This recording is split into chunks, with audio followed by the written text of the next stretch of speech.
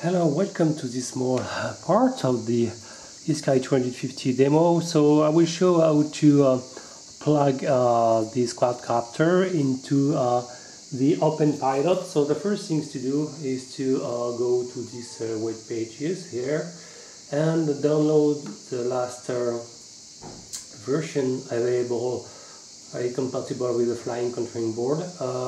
In fact, the last compatible software release, the 15.02.02, as you can see, compatible with CC3D, and you have to download either your favorite platform. So when you download it and install it, it will install the compatible driver.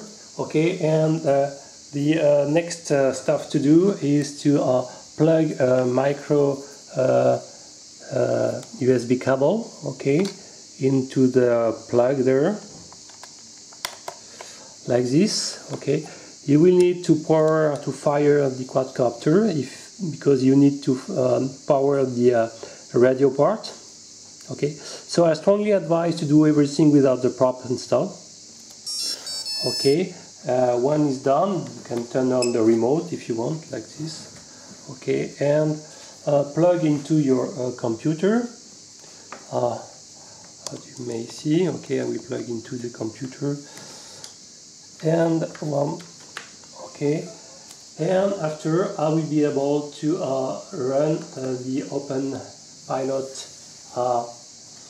software. So if you go, or you have a message says there is a problem with compatibility, but let's say okay.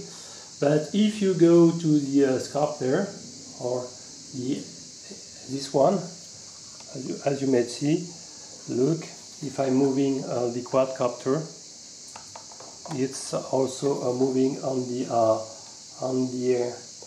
Openpilot software. So the good news also is also the remote.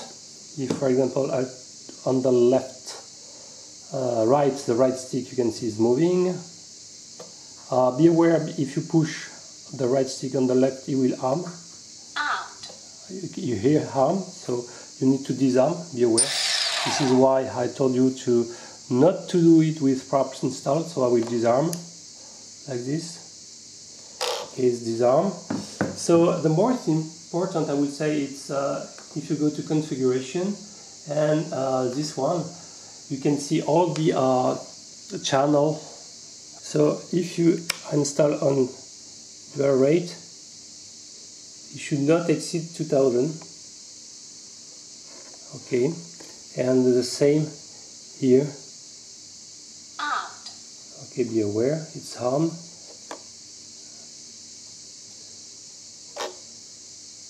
So you can see the right stick there.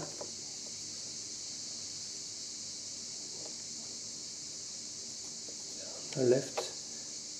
Okay, let's see on the yaw. The yaw completely on the value 115. But if I click on the dual rate, you saw that it's reaching now 2000. Okay, so you can see the limiting factor of the dual rate switch there. So, well, concerning you can see that all the channel is configured in PPM mode. That means that the default here, the default receiver is plugged in the PPM mode. That means that you can probably install another compatible PPM mode receiver. And, well, as you can see, this channel, for example, is absolutely not affected. This one, yes. This one, as you may see, is deactivating the zero mode.